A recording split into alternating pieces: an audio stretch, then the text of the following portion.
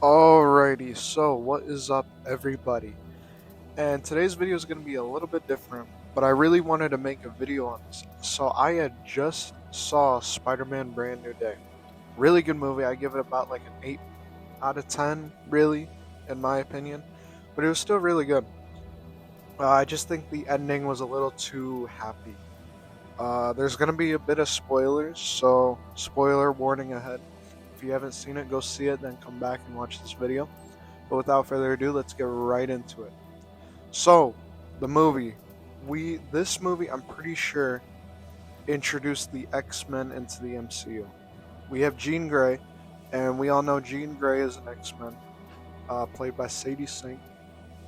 Um, and yeah, no, so Spider-Man, he was getting his powers and everything. But I want to talk about some theories and my speculation on how this is gonna lead into Doomsday and just going forward and explaining the ending credit scene of this movie.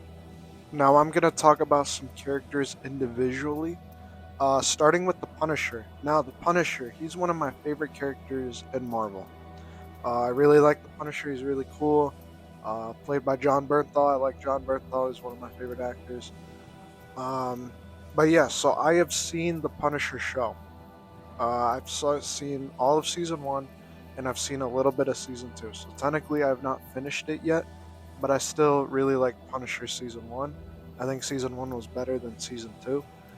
Um, but yeah, so I'm kind of glad they didn't nerf his character too much in this movie. I was expecting him to have a drop in the violence, and obviously because the show is rated R, and this is rated PG-13. Um, but no, I think they did him decent with this movie. Um, Also, the ending where he ends up shooting Peter Parker on accident. He got, that was bad.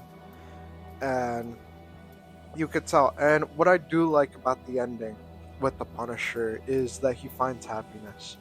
And especially after watching the Punisher show and just seeing everything that he went through and seeing his family die in front of him and then having to kill his best friend and just all that other stuff, I'm kind of glad that he's found like new peace. Him wearing the Spider-Man mask and saying hi to everyone in the crowd. I really liked that moment, and almost not gonna lie, it really did get me kind of emotional in the theaters when I saw it. Like, it's so wholesome to see him find someone else to care about now in Peter Parker.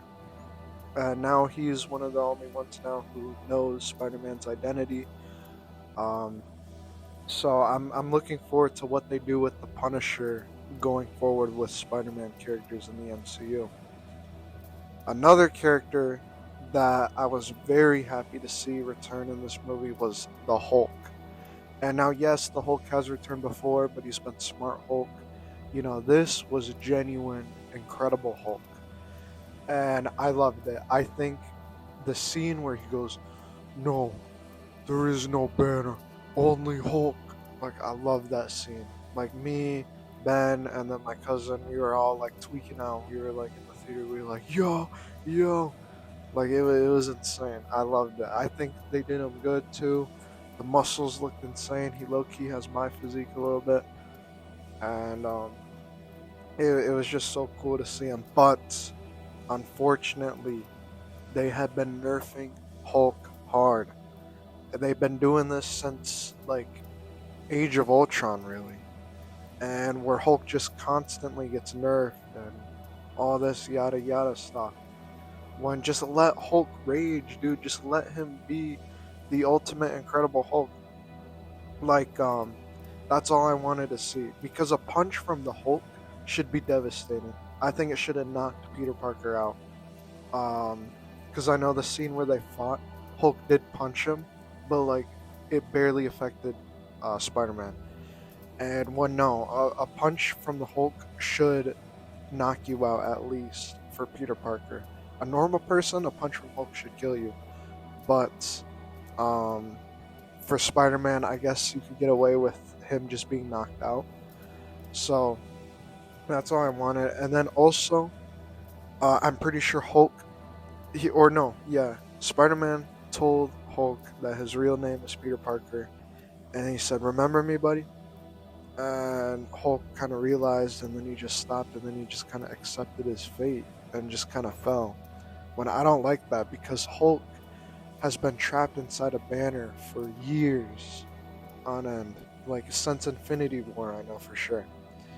And like I wish they brought him out more and have him really express that rage that he's felt from being trapped inside Banner for so long, and now to finally take it out on Spider-Man. That would have been cool.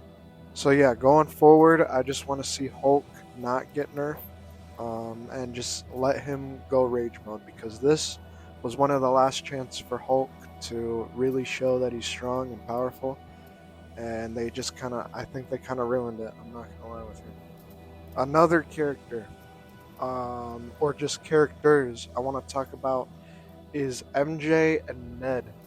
Now, yes, they were an important part in Tom Holland's Peter Parker throughout the entire trilogy of his movies, and but I was hoping that they were just gonna let this go. You know, they were gonna let Peter Parker. They were gonna force him to let go of his love interest and his best friend, because he needs to go through that solo arc that Tobey Maguire and Andrew Garfield have gone through. Tobey Maguire had to unfortunately kill his best friend, and Andrew Garfield, he lost Gwen Stacy and his best friend. And I just wish that Tom Holland would have got this movie to prove that he could still be Spider-Man solo. Like how he said in the movie, um, Peter Parker doesn't like everything that Spider-Man has to do. And I wish they would have done more with that, but it's okay, because I think they did it pretty well. Introducing MJ and Ned back, I think they did that pretty good. They gave MJ a new boyfriend, Rip Tom Holland, and I I also like the scene in my theater when they like kissed the first time, when Jean Grey was mind controlling MJ. Everyone was cheering. So I mean, it has heart. It's good. I'm not entirely complaining about it. I just think it could do a little bit better. Give him a solo arc, but it's whatever. Now, the moment you guys have been waiting for, I do want to touch up on the ending credit scene.